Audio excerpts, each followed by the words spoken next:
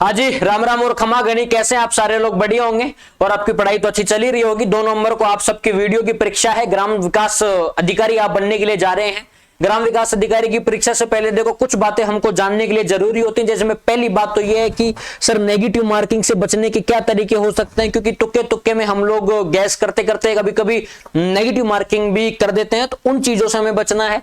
अगला कि सर प्रश्न पत्र को कैसे हल किया जाए, तो वो चीजें भी हमको ध्यान में रखनी है। देखो पहली बात, मैं एकदम शॉर्ट एंड स्वीट बातें करूंगा, ज्यादा फालतू बातें मेरे को करना अच्छा भी नहीं लगता। लंबी वीडियो नहीं बनाएंगे, शॉर्ट 10-15 मिनट के अंदर हमें सारी बातें कवर कर लेते हैं। पहली जो बात आपको ध्यान में रखनी है, पहली बात आपको ये ध्यान में रखनी है कि कुछ भी नया ना पढ़ें, कुछ नया ना पढ़ें। अब कुछ नया पढ़ने बैठोगे ना, मैं कह रहा हूं पुराना भूल जाओगे और नया भी भूल जाओगे। तुमने ज्योग्राफी याद करी है, तुम ज्योग्राफी के नए डाटा पढ़ोगे तो मैं कह रहा हूं नया डाटा भूल जाओगे, पुराना डाटा भूल जाओगे। जब चीजें मिक्स होती है ना, भिड़ती है ना, तो फिर चीजें ना याद नहीं रह पाती। तो जो पढ़ रखा है केवल उसी का रिवीजन किया जाए, जो पढ़ रखा है उसी के बार बार क्यूए को सोल्व कर लिया जाए, जो पढ़ रखा है उन्हीं का बार बार रिवीजन कर लिया जाए, वो आपके लिए थोड़ा सा बेहतर रहेगा। एक अपने राजस्थान जीके का पोर्शन है जिसके आपको 80% देखने को मिलेंगे, कम से भी कम बता रहा हूं। मतलब राजस्थान जीके का पोर्शन अच्छा है, तो क्यों ना एक बार राजस्थान जीके वाले पोर्शन को बार बार इसको रिवीजन कर लिया जाए। तो ये 2 बात तो आप याद रखना, राजस्थान जीके केवल 80% तो इसके पूछे जा रहे हैं, मतलब पूरे पेपर का 50% पार्ट तो राजस्थान जीके है।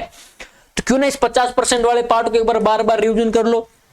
इसके और आजकल में आप पीआई को सोल्व कर लो, इस राजस्थान जीके के और आप अपने मॉक टेस्ट दे लो, जिसमें आपके राजस्थान इकोनॉमी आएगी, आपके ज्योग्राफी का पार्ट दे रखा है, history and art and culture का पोर्शन आपके यहाँ दे रखा है, और कुछ नया नया अपने 2 बातें तो आपको ये ध्यान में रखनी है। अब देखना कुछ चीजों पे मैं चर्चा यहाँ इस प्रकार करता हूँ कि भाई कौन सी गलती आपको नहीं करनी है ना, क्योंकि वो गलती है जिन गलतियों को करने से आपको बचना है। वो पहली गलती तो यह है कि प्रश्न को आधा पढ़ना। कुछ विद्यार्थी होते हैं जो पेपर को आधा पढ़ते हैं, फिर उनको लगता है अरे यार ये तो पूरा पेपर मेरे को आता है। अब देखना अब तेरा भाई कैसे सोल्व करते हैं इन सारी चीजों को। तो पहली गलती आपको ये नहीं करनी कि प्रश्न को आधा पढ़ना, ठीक है ना, प्रश्न को पूरा पढ़ना है। समय प्रबंधन में गलती बाद में होता है कि जब पेपर देने के बाद विद्यार्थी बाहर निकलता है, फिर उसको लगता है पेपर तो अच्छा था, मेरे को सवाल भी आ रहे थे, पर मेरे सवाल छूट गए, मेरे लिए ना टाइम कम पड़ गया। अगर मेरे को टाइम भरपूर मिलता ना, मैं सर सारे सवाल टिक करके आता, आप पूछो ही मत, भगवान की कसम सारे सवाल टिक करके आता। तो पहली बात तो ध्यान में रखना भाई, अपने समय प्रबंधन में गलती ना करें, समय को थोड़ा ठीक से यूटिलाइज करते हुए चलना है। एक नेगेटिव मार्किंग, सबसे बड़ी गलती सिलेक्शन की। पूरा पेपर आ रहा था, प्रश्न को आधा पढ़ा, पेपर आधा पढ़ा, मेरे को लगा सारे प्रश्न मेरे को आ रहे हैं, मैंने नेगेटिव मार्किंग कर दी। पेपर देने के बाद जब ओएमआर आई तो और आंसर की आती, जब मैंने प्रश्न मिलाए तो सर मेरे तो प्रश्न ही गलत हो गए। तो प्रश्न को आधा पढ़ना, ये गलती मत करना। समय प्रबंधन में गलती, टाइम मैनेजमेंट को ढंग से यूटिलाइज करना, ये बात भी ध्यान में रखना। नेगेटिव मार्किंग नहीं करनी, ये बात भी आपको ध्यान में रखनी है। गैस गेम खेलना, कुछ विद्यार्थी होते हैं जो तुक्के का गेम खेलते हैं। सर ये ना ABCD जय हनुमान जी की जय, तो जहां पे जय लग रहा है ना वैसे गैस कर दो, तो गैस नहीं करना। ये कोई अपने तुक्के का गेम नहीं है, एग्जाम है, बहुत अच्छी परीक्षा है, बहुत अच्छा पद है, इसमें गैस नहीं करना। जो आ रहे हैं केवल वही सवालों को अटेम्प्ट करना है, ठीक है ना। तो ये 3-4 चीजें जो मैंने आपको बताई, इन चीजों को ध्यान में रखना। पेपर पूरा पढ़ना है, टाइम मैनेजमेंट का ध्यान रखना है, नेगेटिव मार्किंग नहीं करनी है, गैस का गेम नंबर को नहीं खेलता है। अगली कि भाई पेपर को हल कैसे करें, पेपर को हल करते टाइम, पेपर को सोल्व करते टाइम किन बातों का ध्यान में रखा जाना चाहिए। पहली जो बात है वो पेपर को पूरा पढ़ो, ध्यान से पढ़ो। जब पेपर आपके सामने खुला है तो उस पेपर का एक एक पेज आप उठा के ध्यान से पढ़ो। हाँ यार इस पेज के अंदर ये गलती नहीं करनी, हाँ यार इस पेज में ये गलती नहीं करनी, तो पूरे पेपर को ध्यान से पढ़ना है। सिंपल सी बात, पहली बात तो ये हो गई।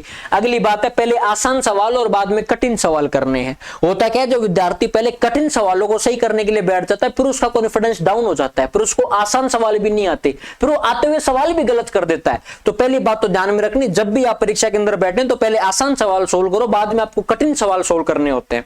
समझ में आ गई बातें? क्योंकि जब आसान सोल्व करने के लिए बैठोगे तो कॉन्फिडेंस बढ़ेगा, अरे वाह यार मेरे को ये भी आ गया, ये भी आ गया, ये भी आ गया। फिर आप बाद में जो कठिन सवाल है जो आपको नहीं आ रहे, उनमें 4 में से 2 ऑप्शन टिक करके भी आप एक ऑप्शन नहीं आ रहा, 14 ऑप्शन आप तुक्के से ठीक भी करके आ जाओगे।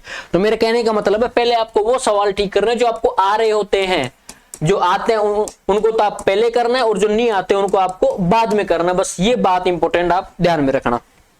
एक है टाइम का ध्यान रखें ना, थोड़ा समय का भी ध्यान रखना भाई। मैंने पहले बताया था अभी 2 मिनट पहले कि समय का ध्यान में रखना, वरना पेपर पूरा खराब हो जाएगा। एक प्रश्न के अंदर जो प्रश्न नहीं आ रहा उसमें माथापूरी करने के लिए बैठोगे, उसमें आप 4-5 मिनट थोप दोगे तो फिर बाद में और प्रश्नों के लिए टाइम नहीं बचेगा। तो उनका भी आप ध्यान में रखना, मैथ वैथ का भी। OMR सही से भरें, सबसे बड़ा जो मूल मंत्र है ना OMR का है। और इतने विद्यार्थी OMR के अंदर गलती करते पूछो मत। मेरे को याद है मेरे एक फ्रेंड जिसका LDC में होने वाला था, लेकिन उसने OMR में कुछ ऑप्शन गलत भर दिए तो कट ऑफ से 2 नंबर कम आए उसके। किस गलती से? क्योंकि उसने OMR गलत भर दी थी। उसने बोला यार अभिषेक अगर मैं OMR से भर के आता ना तो शायद मेरा पूरा का पूरा पेपर अच्छा हो जाता। तो प्लीज आई रिक्वेस्ट यू, मैं आपसे बहुत अच्छी रिक्वेस्ट कर रहा हूं कि OMR को सही भरना, टाइम से भरना, ध्यान से भरना, क्योंकि पूरी तैयारी ये तय करेगी कि आपका एग्जाम कैसा होगा, लेकिन उस एग्जाम का दिन ये तय करेगा कि आपका सिलेक्शन होगा या नहीं होगा। क्योंकि एग्जाम के दिन जब आप पेपर को भर रहे होंगे वो दिन आपका तय करेगा कि भाई आपका पेपर कैसा होगा कैसा नहीं होगा। तो ये थोड़ी बात भी ध्यान में रखना। पेपर के अंत में एक बार रिविजन, जब दैट सपोज ये पूरा पेपर है, एक पेज के अंदर आपके 10 सवाल दे रखे हैं, आपने 4-5 पेज के अंदर पूरा पेपर आया, आपका पूरा पेपर कर दिया। जब OMR भरने की बारी आए तो एक बार OMR को भरने से पहले आप उस पेपर का बार-बार एक बार रिवीजन कर लेना, क्योंकि उस पेपर का बार-बार रिवीजन करोगे तो वो आपके लिए बेनिफिशियल है, वो आपके लिए ही फायदेमंद है। मेरे लिए फायदेमंद नहीं है, वो चीज आपके लिए फायदेमंद है।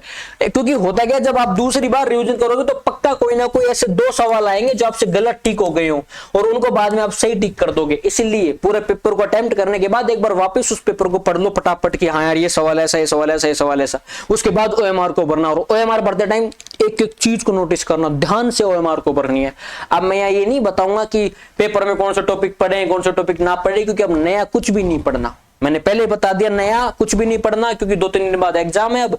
तो इन बातों का आप थोड़ा सा ध्यान में रखना, पहली बात तो ठीक है ना, कि भाई इन चीजों को ध्यान में रखना है। पेपर को पूरा ध्यान से पढ़ें, पहले आसान सवाल और बाद में कठिन सवाल करें, टाइम का ध्यान रखें, OMR सही से भरें, और सेंटर पे सारे डॉक्यूमेंट लेके अपने तो पहले ही पहुंच जाना जहां आपका सेंटर है ना। वहां कुछ लोग क्या है ये सोचते हैं आधी घंटे पहले जाऊंगा, फिर आधी घंटे पहले जाता है उसका कोई गाड़ी पंचर हो जाती है, तेल खत्म हो जाता है, फिर उसकी पेपर छूट जाता है, उसकी तैयारी बहुत अच्छी होती है। तो अपन तो 1-2 घंटे पहले जाके बैठ जाना, भाई कोई दिक्कत नहीं है, आराम से वहां थोड़ा सा पढ़ लेना, देख लेना, तुक्के मार लेना, बैठे बैठे बातचीत कर लेना, पर सेंटर पे पहले पहुंच जाना। इस बात का भी आपको ध्यान में रखना है, ठीक है ना। अब नए ड्रेस कोड को लेके जो बात हुई है ना, वो ड्रेस कोड को लेके बात कुछ ऐसी थी कि भाई ये देखो, ये अभी मैं तो कोई नई गाइडलाइन बता नहीं रहा, जो अखबार ने छापा है, जो सरकार ने दिया है, जो राजस्थान अपने कर्मचारी चयन बोर्ड के द्वारा परीक्षार्थियों के लिए ड्रेस गाइडलाइन जारी की है, सॉरी है ना, ड्रेस गाइडलाइन जारी की गई, जिसमें जींस पहन भर्ती परीक्षा में हो सकेंगे। पहले जींस पहन के लोग नहीं जा सकते थे, लेकिन अब नई गाइडलाइन जारी करने के बाद में मालूम हो गया कि भाई अब तुम जींस पहन के भर्ती में बैठ सकते हैं। ये आपका अखबार के अंदर दे रखा है, तो आप अखबार में उसको पढ़ लेना, मैं क्यों इसको पढ़ने में आपका समय व्यर्थ करूं, ठीक है ना। ये चीज ध्यान में रखना। तो कौन कौन सी बातें आपको ध्यान में रखनी है? पहली बात तो मैंने आपको ये बताया कि भाई आपको ना पेपर ढंग से पढ़ना है, पेपर सही से पढ़ें, पेपर सही से पढ़ें, और एक एक सवाल को ध्यान से पढ़ना। कभी कभी प्रश्न आ रहा होता है लेकिन आता हुआ प्रश्न गलत हो जाता है, उसके पीछे का कारण यही होता है कि हम लोग और कॉन्फिडेंस में आ जाते हैं और हम गलत नेगेटिव मार्किंग करके जाते हैं। तो नेगेटिव मार्किंग से बचना है, पेपर को सही पढ़ना है, क्वेश्चन सही टिक करने हैं, पहले आसान सवाल बाद में आपको कठिन सवाल सोल्व करने हैं, उसके बाद आप चीजों में सुधार कर पाओगे, ठीक है ना। और ज्यादा घबराना नहीं, अपने आत्मविश्वास पूरा रखना है। पहली बात तो आपको घबराना नहीं है, घबराना नहीं है भाई, अपने ध्यान रखना भाई ये बात, ठीक है ना।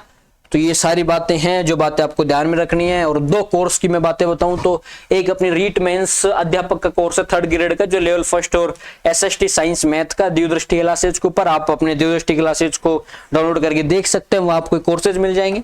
एक महीने का संकल्प लाइव बैच है LDC RSSB 2026 के अंदर जो भर्ती है उसका, जिसमें 5000 प्लस पदों पर भर्ती है, जो दिव्यदृष्टि क्लासेज में जाएगी, इसका भी कोर्स है संकल्प बैच का।